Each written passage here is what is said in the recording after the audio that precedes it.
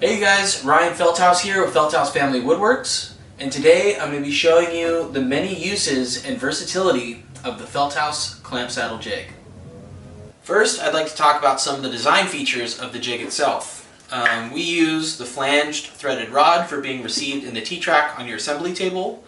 On one side it has a saddle here for receiving a 3/4 inch pipe clamp.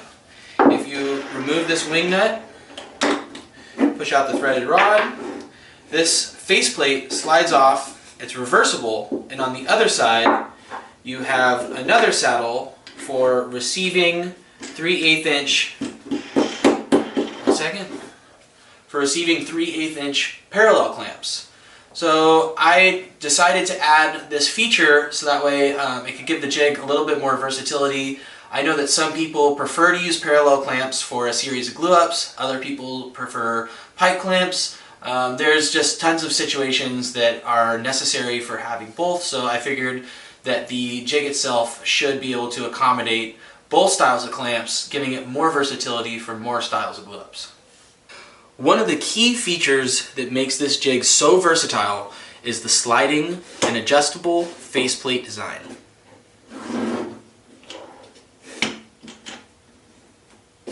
Before we go to actually demonstrate the clamp-saddle jigs themselves, I would just like to do some demonstrations of just kind of issues that can happen when approaching glue-ups from a conventional method. So one of the ways that a standard glue-up will look like is you'll take your pipe clamps and you'll lay them out on your assembly table like this. Immediately, one of the issues that can arise is your pipe clamps being in line and parallel with each other and also 90 to your workpiece. So it can be kind of difficult to achieve that just putting your clamps on the table like this. So now, let's say you have a small workpiece like this, like something little, put it in your pipe clamps. So now you can see, just from the way my pipe clamps are laid out, that they're not level with each other. They're kind of off kilter to my workpiece. And there's no way of really knowing if these are perfectly and truly 90 to my workpiece. Like that my clamp is 90. What's going to happen is when I go to apply my clamp pressure, it's going to be applying at a slight angle. And what that can do is it can slowly push your workpiece out of alignment like this. So those are just a few of the immediate issues that can arise with a standard setup like this. Next, one of the other things you're going to be dealing with is when you go to bring in the other side of your clamp to your workpiece, just trying to slide that over across the table, you can see I've already disrupted my workpiece quite a bit and offset this clamp, the position of this clamp to this clamp. So now not only am I moving and disrupting my whole workpiece, it's difficult to pull this in. Once I have it in, now you can see the next issue that's arising, which is I'm having rock in my clamp. This is a really just standard thing that happens when approaching glue-ups this way. So now we can pull in both pieces, and you can see that we just have the clamps are completely unstable. I have no way of telling if they're in line with each other this way, and then also being parallel to each other. This is just it can be really cumbersome to deal with your glue-ups in this type of a situation, especially when you have large pieces, you're dealing with multiple pieces, you're needing to keep your workpiece in line, you're relying on perfect seam matching, pattern matching, stuff like this. So now, let's say that we have our pipe clamps installed. They're all clamped, we're getting ready to apply pressure. And you have a panel glue up and you're going to need to apply cauls to your workpiece to keep it straight. One of the other issues that can come up is you can see right here I have just enough room under my workpiece to apply my caul. This is only about 1.5 inches wide, so this isn't a very large caul. You can see right here I just have barely any room on the bottom for applying my caul, and now there's no way that I'm going to get an additional clamp underneath my workpiece to actually apply pressure to my cauls without having to lift the whole workpiece up and potentially disrupt my entire clamp setup. So these are just a few of the issues that can arise from just laying your pipe clamps out across the table and just kind of approaching your glue ups like that. I found it to be really difficult to get the accuracy I need when approaching my glue ups in this method.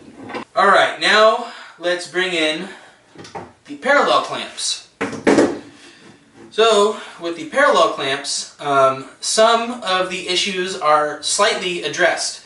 One is it has a flat bottom, so it kind of like gives the clamp itself a little bit more stability when it's laid out directly onto the assembly table. This one also has a block in the back, so that way when I actually bring the clamp out, it still will stay in line. It doesn't want to rock forward on me like that. So there's a couple of little design features that that are incorporated into these that help, but you're still running into some key issues with glue ups. One is when I put my workpiece in place, you can see that the pipe clamps aren't perfectly in line with each other. So now I can try to line them up as best I can, and then I'm going to try to bring my workpiece in, and you can see even there I just shifted a very little bit, and when you're really relying on accuracy, this can be a huge issue. I've now moved my entire clamp out of alignment. I don't know if it's parallel with the other clamp anymore, so now when I'm going to apply the pressure, I don't know if that pressure is going to be applied evenly. It can slide, and the whole piece can be kind of thrown out of alignment just from bringing the clamp in. So now, bring our clamp in. So say our clamp is here. Now, we need to apply cauls to our workpiece. When I bring my cauls in, it's the same issue. I have maybe 3/8 of an inch of clearance underneath my caul for applying my F-clamps, which I just will not be able to do. So there's still some key issues that arise even with the parallel clamps. So now let me show you how these jigs remedy a lot of the issues that were coming up in my previous demonstration. Let's start with our pipe clamps. Put our pipe clamps in place. Immediately, one of the benefits that you're going to notice is that your pipe clamps are very solid. They're firm in the clamps. There's no movement. They're not going to be sliding around, rocking on you. They're totally set in place. The other benefit is that now your pipe clamps are in place but isolated from one another. This is going to give you a lot more control over each piece when you're making small and minute adjustments during your glue up. So one of the other issues that we were dealing with was the pipe clamps being out of line with each other, being not on the same reference line in accordance to your workpiece. With the saddle jigs being tied into the T-track, I have a measurement system laid out on my assembly table. I can now set all of my saddle jigs to the exact same measurement as each other, making them perfectly parallel. What this is going to do is give me a straight reference edge for applying my workpiece to my clamps. My clamps are now 90 to my workpiece and also parallel with each other. Alright, now let's get our workpiece on the clamps. Bring my workpiece in, bring it all the way back. Now that my workpiece is set on the clamps, I can check that my pipe clamps are perfectly 90 to my workpiece. Bring it on, slide it down. Looks beautiful. Looks beautiful. With my pipe clamps being perfectly 90'd to my workpiece, this is going to really minimize the amount of movement in the glue up when I go to apply clamp pressure. If your clamps are off in this orientation, what it can do is it can want to pull your workpiece and actually lead to that seam slipping around and giving you an unaligned and inaccurate glue up. The next issue that's addressed is when we had the pipe clamps laying flat on the assembly table, you'd have to lift up the end of the pipe clamp to give yourself enough space to be able to slide the pipe clamp down to meet your workpiece. So with the clamps isolated in separate saddles, now I have plenty of room to be able to slide this pipe clamp down to meet the workpiece without disrupting the other clamp. They're all isolated and individual from each other, so you can make these adjustments and do these movements without disrupting your entire glue up. Now, with your workpiece elevated off the table, you have plenty of space and room for applying additional cauls and clamps. You can see that I have plenty of room underneath the workpiece for mobility, being able to line up and apply my cauls super easily. For certain situations, parallel clamps are just more appropriate. For switching over to your parallel clamps, it's as simple as removing your wing nut, taking out the threaded rod, reversing your faceplate, putting your threaded rod back in, re-threading your wing nut, and you're good to go.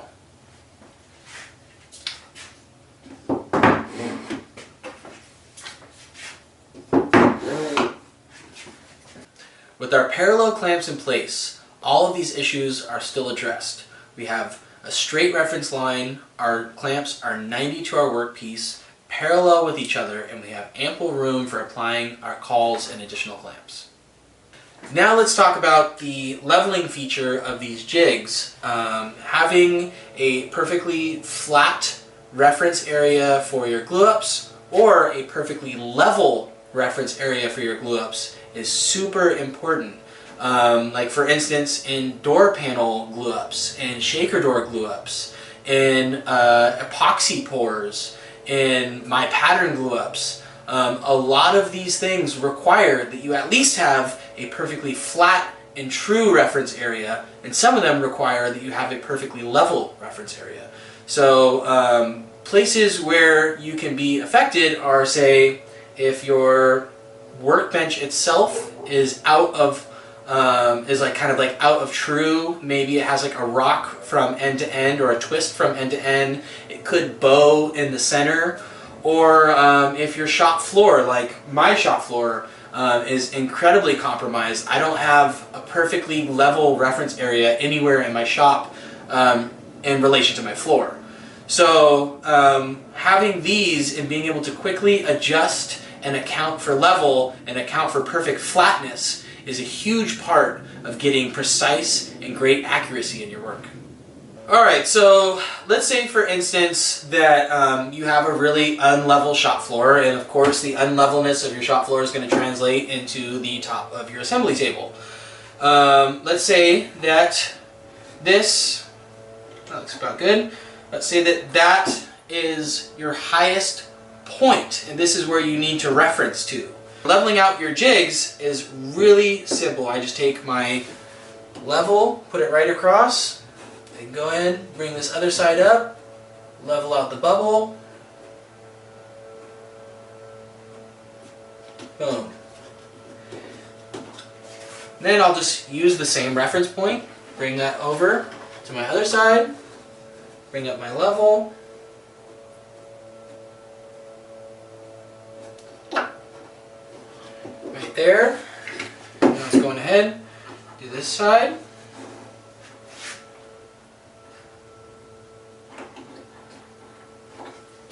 Now, just to double check, I'll check my reference between these two.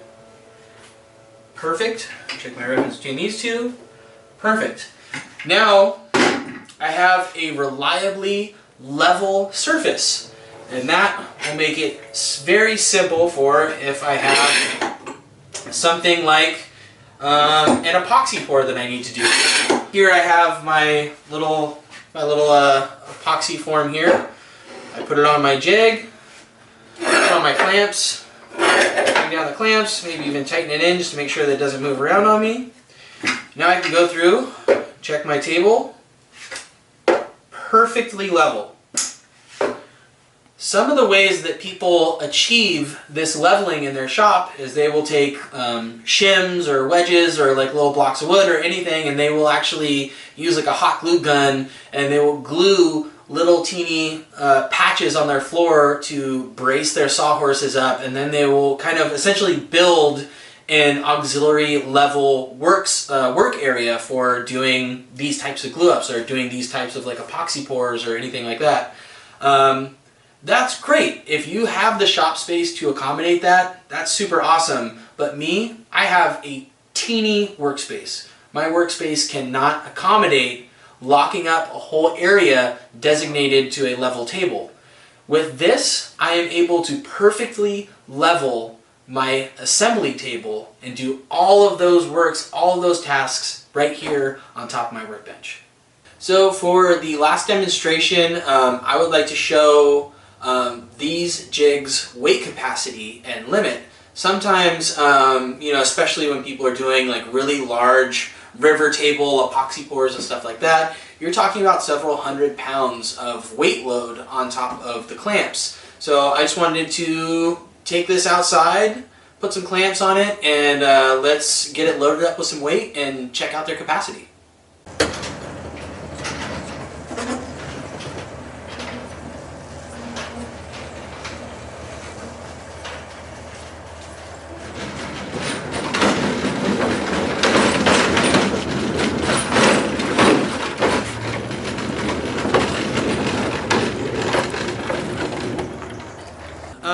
To demonstrate the capacity of the clamps, I'm going to bring them all to their maximum extension, tighten them down tight,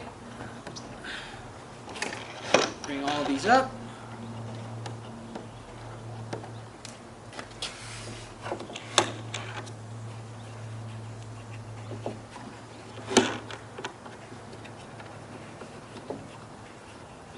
alright, let's go on ahead. Get our pipe clamp on here. Just have a little platform put up.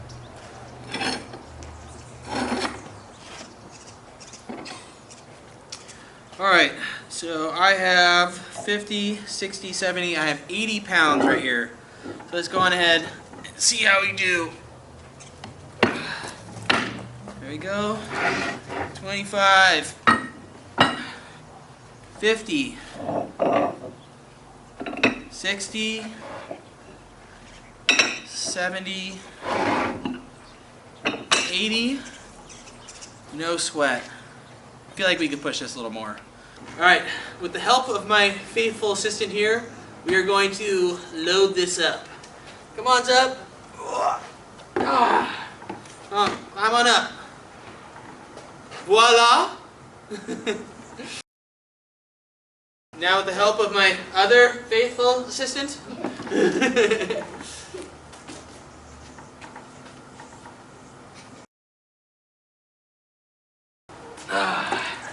See, I'm about 170, maybe 180.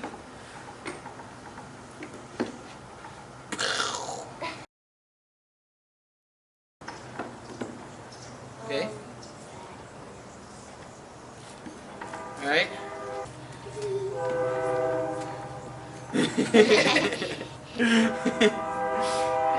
What's that, 350 pounds?